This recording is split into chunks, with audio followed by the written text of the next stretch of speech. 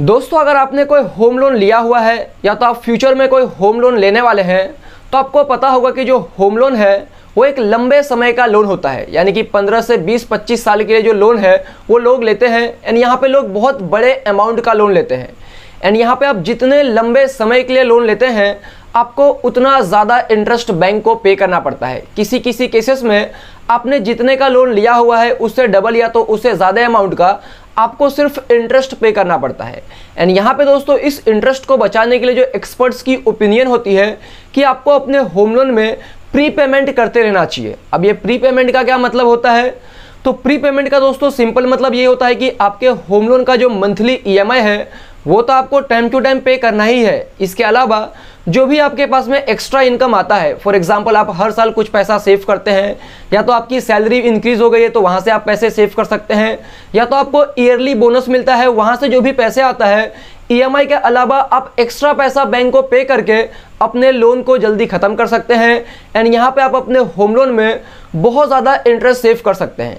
लेकिन जब आप अपने होम लोन का प्री पेमेंट करते हैं तो कुछ इंपॉर्टेंट बातें होती है जिसके बारे में आपको पता होना चाहिए। तो यहाँ पे सबसे पहला पॉइंट ये है कि जब भी आप अपने होम लोन का पैसा प्री पेमेंट करने के बारे में सोचते हैं, यानी कि आप अपने होम लोन का पैसा प्री पेमेंट करने वाले हैं, तो यहाँ पे सबसे पहले आपको ये चेक करना है कि क्या आपने कोई इमरजेंसी फंड बिल्ड किया हुआ है। अब ये इमरजेंसी फंड क्या होता है? तो इमरजेंसी फंड का सिंपल मतलब होता है कि जो भी आपका मंथली एक्सपेंसेस है उसका 9 मंथ से लेकर 12 मंथ का जो एक्सपेंसेस का पूरा खर्चा है वो आपके पास में एज अ कैश होना चाहिए। फॉर एग्जाम्पल अगर आपका मंथली एक्सपेंसेस 10,000 रुपीज़ है तो आपके पास में 1,20,000 रुपीज़ होना चाहिए। तकरीबन 1 साल का एक्सपेंस आपके पास में होना चाहिए ताकि फ्यूचर में अगर कोई प्रॉब्लम होता है, जॉब लॉस होता है या तो किसी भी तरीके का प्रॉब्लम होता है तो आपका एक्सपेंसेस आप इजीली मैनेज कर पाए। तो आपने अगर ऑलरेडी इमरजेंसी फंड बिल्ड किया हुआ है तो आप अपने होम लोन का प्री पेमेंट कर सकते हैं। लेकिन अगर आपने इमरजेंसी फंड बिल्ड नहीं किया हुआ है तो सबसे पहले आपको इमरजेंसी फंड बिल्ड करना चाहिए, उसके बाद होम लोन के प्री पेमेंट के बारे में सोचना चाहिए। सेकंड पॉइंट यह है कि अगर आप अपने होम लोन का पैसा प्री पेमेंट करने के बारे में सोच रहे हैं तो यहाँ पे आपको यह भी चेक करना है कि क्या आपने ऑलरेडी कोई हेल्थ इंश्योरेंस पॉलिसी लिया हुआ है कि नहीं लिया हुआ है। इसके अलावा आपने कोई टर्म प्लान लिया हुआ है कि नहीं लिया हुआ है। यहाँ पे हेल्थ इंश्योरेंस पॉलिसी आपको हेल्प करता है कि कोई अगर मेडिकल इमरजेंसी हो जाती है तो मेडिकल इमरजेंसी का जो भी कॉस्ट होता है, हॉस्पिटल वगैरह का जो खर्चा होता है वो हेल्थ इंश्योरेंस कंपनी आपको दे देती है।